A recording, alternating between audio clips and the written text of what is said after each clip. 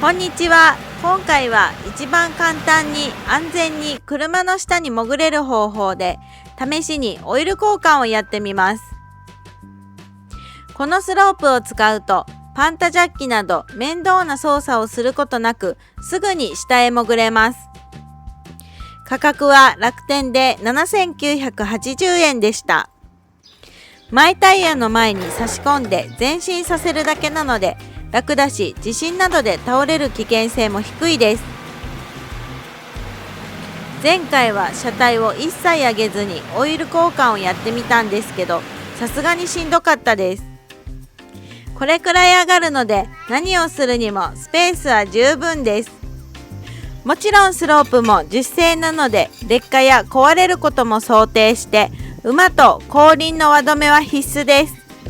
メーカー説明にもその2点の設置は必須と書いてあります。ちなみに耐荷重は8トンです。オイルが抜けやすいようにレベルゲージを抜いておきます。細かいオイル交換方法はエレメント交換と一緒に前回説明しているのでそちらをご覧ください。車体全体の上がり方はこんな感じです。輪止めは向こうの後輪にしていますよ。廃油はいつものこれに捨てます。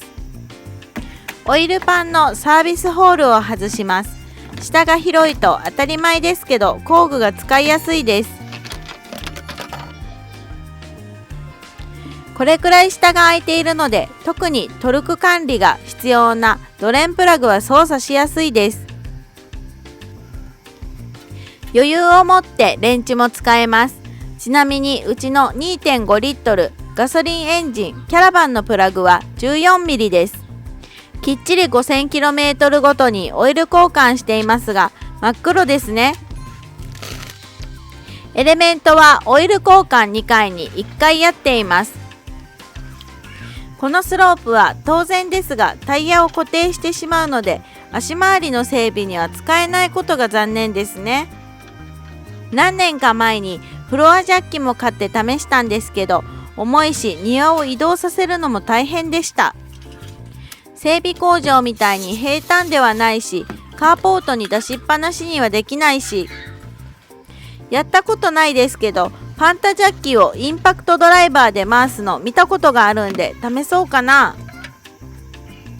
オイル交換に関して言えば上抜きのエアーで吸うやつも試したんですけどエアーの音がうるさくて近所迷惑だったので断念しました。